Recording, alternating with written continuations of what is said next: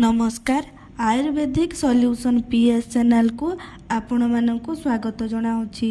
आज आसतु जानिबा देहरे कौन सी अंगरे निया लागिगले बा पड़गले फुटंता पानी गरम तेल और गरम पेज पड़गले घरोई उपचार द्वारा किपरि भल करिपारिबा।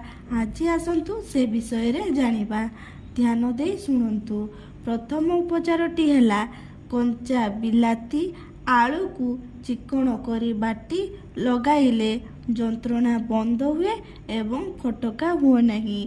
द्वितीय उपचारटी है घी कुआरी पत्र बा आलोवेरा पत्रर रस संगे संगे लगेले जंत्रणा बंद हुए एवं फटका हुए नहीं। तृतीय उपचारटी है खांटी मुहुरे लुण मिसाई बारंबार लगाइले जंत्रणा बंद हुए एवं फटका हुए नहीं।